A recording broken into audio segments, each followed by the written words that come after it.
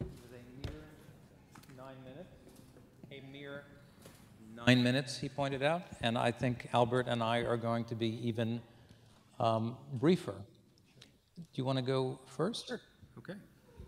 So John created this topic, with great hands comes great responsibilities, making the future. So what comes next? Now that we've all gathered here today, the next slide, we're actually going to take that really literally, and we'll make some announcements. Lunch, it will be downstairs. It's a buffet style. I know there were some tickets that were sold that did not include lunch. Just ignore that. Please go down. There's going to be plenty of food for everybody, and go down there and please enjoy yourselves. There are going to be open seating around all of the round tables, and it extends all the way to the entire concourse. So if you see an open seat, please feel free to go in there. If it does get a little crowded, there are the auditoriums that you can go in and eat as well. We will be having talks during lunch. Mark Hopkins from Dankmeyer, one of our gold sponsors, will be speaking. And so I guess try to keep the noise level a little bit so that we could possibly hear, but I realize it's probably going to be a little chaotic down there. Also, if you haven't visited the vendor sites, please visit our vendors that are down towards the left end. So talks will continue until 12:30, and then we will have our workshops. We did not have this included in the program, but we have 3 workshops. If you were not sure whether or not you signed up for a workshop, pick one and attend.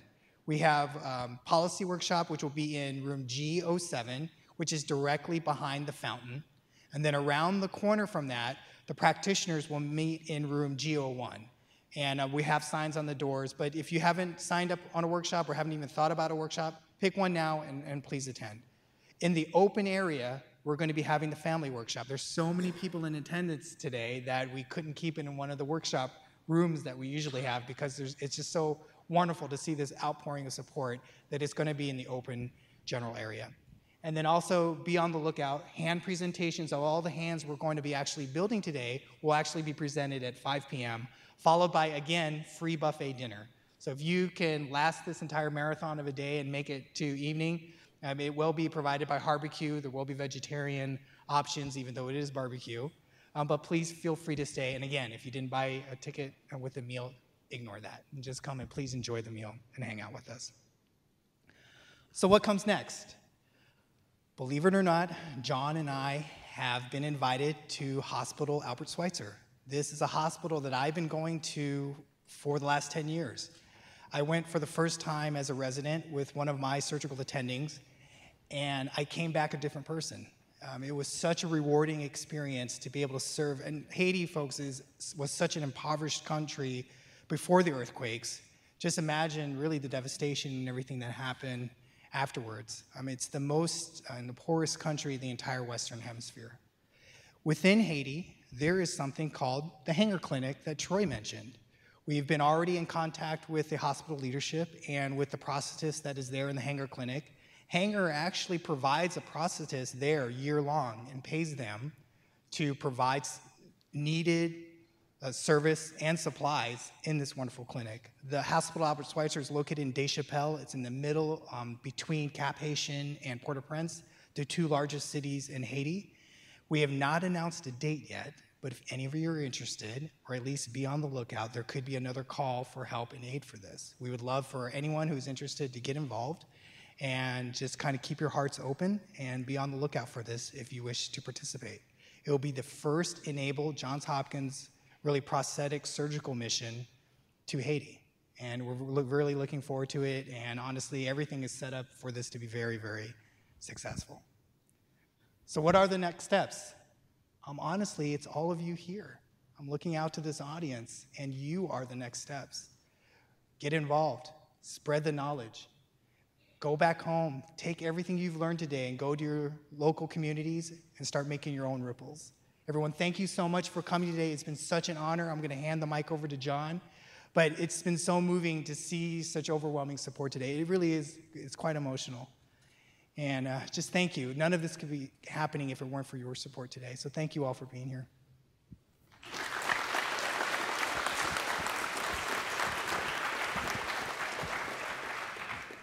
Thank you. I'm going to be even briefer than Dr. Grabois or Dr. Chi. But I am going to point out that this notion of enabling the future and making the future has got lots of meanings, all relevant and all relevant to you here. In our very near future, we're going to have lunch, talks during, right, and I'm between you and lunch, I'm aware of that. Talks during the lunch, which will include a second meaning of enabling the future, which is empowering young people to take this work forward. And we're doing that in two ways, of course. When we give hands to these kids, we say, with great hands comes great responsibility. And this year, Jimmy is getting a hand. I think next year, Jimmy is going to get a printer or have access to a printer. And some of these kids are going to be using their new hands to make new hands for other kids. So we're enabling the future in that way. We're also enabling the future through youth by introducing a theme which I just want to say out loud here, which is education. At lunch, we're going to have students from the Nouveau, I believe, middle school in Cambridge who are going to be presenting all of the work that they've done.